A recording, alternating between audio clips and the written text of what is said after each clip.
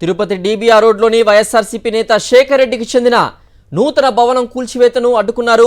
Tirupati YSRCP incharge Abhinay Reddy, mayor doctor Sirisha, ఇతర కార్యకర్తలు పోలీసులు అక్రమంగా అరెస్ట్ చేశారు. నేతలందరినీ తిరుపతి ఈస్ట్ పోలీస్ స్టేషన్కు తరలించారు. కూల్చివేతలకు సంబంధించి ఎటువంటి నోటీసులు ఇవ్వకుండా ఆస్తుల విధ్వంసానికి పాల్పడుతోంది కూటమి ప్రభుత్వం. డిప్యూటీ మేయర్ అభ్యర్థిగా శేఖర్ రెడ్డిని ప్రకటించడంతో కూటమి సర్కార్ బెదిరింపులకు పాల్పడుతోందని వైఎస్ఆర్సీపీ నేతలు మండిపడుతున్నారు. ఎటువంటి నోటీసులు లేకుండా కూల్చివేతలకు పాల్పడవద్దని ఇప్పటివరకే సుప్రీంకోర్టు ఆదేశాలు ఇచ్చినా అధికారులు పట్టించుకోవడం లేదని ఆగ్రహం వ్యక్తం చేస్తున్నారు.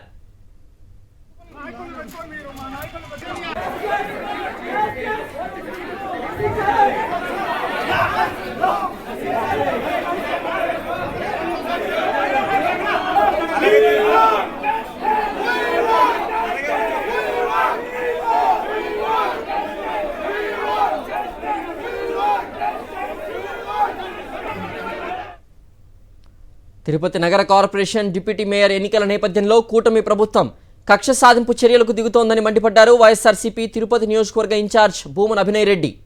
భయభ్రాంతులకు గురిచేస్తూ వైఎస్ఆర్సీపీ కార్పొరేటర్లు ఆస్తుల విధ్వంసానికి కూటమి ప్రభుత్వం పాల్పడుతోందని ఆగ్రహం వ్యక్తం చేశారు. దీనిపై మరింత సమాచారం మా ప్రతినిధి విజయమూర్తి అందిస్తారు.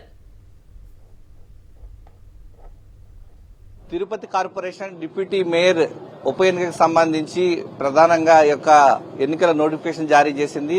కూటమి ప్రభుత్వం కక్ష సాధింపు చర్యలకు పాల్పడుతూ ఉంది. ఈ నేపథ్యంలోనే వైఎస్ఆర్ కాంగ్రెస్ పార్టీ ఏదైతే కార్పొరేటర్ల తరఫున ప్రధానంగా 42వ డివిజన్ కు సంబంధించి శేఖర్ రెడ్డిని డిప్యూటీ మేయర్ అభ్యర్థిగా ఎంపిక చేసిన నేపథ్యంలో కూటమి ప్రభుత్వం కక్ష సాధింపులకు చర్యలకు పాల్పడుతోంది. వైఎస్ఆర్ కాంగ్రెస్ పార్టీ కార్పొరేటర్లకు సంబంధించినటువంటి ఆస్తులను విధ్వంసానికి పాల్పడుతూ కక్ష సాధింపు చర్యలకు దిగుతూ ఉన్నారు. ఈ నేపథ్యంలోనే వైఎస్ఆర్ కాంగ్రెస్ పార్టీ తిరుపతి ఇన్ఛార్జ్ మాజీ డిప్యూటీ మేయర్ భూమన అభినయ్ రెడ్డి వారందరికీ కూడా అండగా నిలుస్తున్నారు. ప్రధానంగా చూస్తా ఉంటే కూటమి ప్రభుత్వం ఈరోజు కక్ష సాధింపు చర్యలు దిగుతుంది. దీన్ని ఏ విధంగా చూడాలంటారు? కూటమి ప్రభుత్వానికి చాలా స్పష్టంగా తెలుసు వాళ్లకు ఎలాంటి ఆధిక్యత కౌన్సిల్లో లేదు. అయినప్పటికీ దుర్మార్గపు చర్యతో ఎలా అయినా వైఎస్ఆర్ కాంగ్రెస్ పార్టీ కార్పొరేటర్లను భయాందోళనలకు గురి చేసి ఈ డిప్యూటీ మేయర్ ఎన్నికను ఆపడమో లేదంటే తమకు అనుకూలంగా మలుచుకోవడమో చేయడం కోసం కుటిల ప్రయత్నాలు సాగిస్తున్నారు. అందులో భాగంగా వైఎస్ఆర్ కాంగ్రెస్ పార్టీ అభ్యర్థిగా ముందుకు వచ్చినటువంటి శేఖర్ రెడ్డి గారి ఆస్తులను ధ్వంసం చేయాలన్న ఆలోచనకు ప్రభుత్వం పూనుకునింది. నిన్న అనగాని సత్యప్రసాద్ గారు ఇన్ఛార్జ్ మంత్రి తిరుపతిలో పర్యటించిన తర్వాత ఆయన ఆదేశాల మేరకు మున్సిపల్ యంత్రాంగం స్థానిక కపిల్ తీర్థంలో ఉన్నటువంటి ఆయన ప్రాపర్టీ పైకి అధికారులను పంపించడం జరిగింది. ఇది 22A కింద ఉన్నటువంటి ప్రాంతం. ఇక్కడ ఇది రెసిడెన్షియల్ కాలనీ. 22A కింద నిషేధం ఉన్నప్పటికీ కూడాను ఇక్కడ కన్స్ట్రక్షన్స్ జరుగుతున్నాయి. చాలా నిర్మాణాలు ఇప్పుడు వీళ్ళు ఏదైతే దీన్ని అక్రమ కట్టడం అని అంటున్నారో ఆ కోవకే మిగతా రెసిడెన్షియల్ ప్రాపర్టీస్ అన్ని కూడా చెందినవి.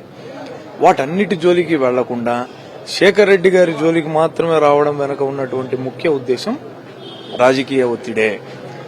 దీనికి పన్ను గిన్ను అన్ని ఆయన కడుతున్నారు. గతంలో ఎప్పుడు కూడా దీనికి సంబంధించినటువంటి ఎటువంటి నోటీస్ ఇవ్వలేదు. ఇప్పుడు కూడా దీన్ని డెమాలిష్ చేయబోతున్నాం అన్నటువంటి నోటీసును ఇవ్వకుండానే జేసీబీలను అలానే టౌన్ ప్లానింగ్ సిబ్బందిని తహసీల్దార్ని తీసుకొచ్చి దీన్ని కొట్టేటటువంటి ప్రయత్నం చేయబోతున్నారన్న విషయం తెలిసిన వెంటనే మేమందరం కూడా ఇక్కడికి వచ్చి కార్పొరేటర్ శేఖర్ రెడ్డి గారికి అండగా నిలబడేందుకు ప్రయత్నం చేస్తున్నాం.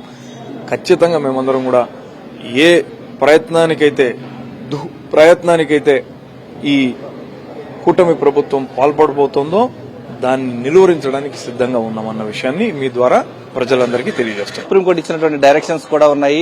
నోటీసులు ఇవ్వకుండా ఎలాంటి బిల్డింగ్ డెమాలిష్ చేయకూడదన్నటువంటి నిబంధనలు ఉన్నప్పటికీ కూడా ఈరోజు కక్ష సాధింపు చర్యల్లో భాగంగానే కూటమి ప్రభుత్వం ఏదైతే డిప్యూటీ మేయర్ అభ్యర్థిగా ఉన్నటువంటి శేఖర్ రెడ్డి బిల్డింగ్ సంబంధించి కూల్చేందుకు కుట్రలు చేస్తుండడం పట్ల వైఎస్ఆర్ కాంగ్రెస్ పార్టీ తీవ్ర ఆగ్రహం వ్యక్తం చేస్తోంది. ప్రధానంగా వైఎస్ఆర్ కాంగ్రెస్ పార్టీకి సంబంధించినటువంటి కార్పొరేటర్లను ఏదైతే వారి ఆస్తులను ఇబ్బందులు పెడుతూ భయభ్రాంతులకు గురి చేయాలన్నటువంటి కుట్రలకు తెరలేవడం పట్ల వైఎస్ఆర్ కాంగ్రెస్ పార్టీ తీవ్రంగా ప్రతిఘటిస్తోంది. ప్రధానంగా చట్టపరంగా కూడా తామంతా కూడా పోరాటానికి సైతం వెనుకాడబోమంటూ హెచ్చరిస్తున్నారు. కెమెరామెన్ ఎల్ఐతో విజయమూర్తి, సాక్షి టీవీ, తిరుపతి నుంచి.